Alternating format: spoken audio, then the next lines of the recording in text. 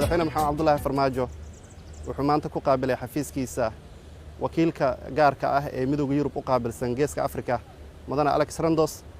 iyo safiirka u matala Midowga Yurub Jamhuuriyadda Federaalka Soomaaliya Mudane Nicolas Berlanga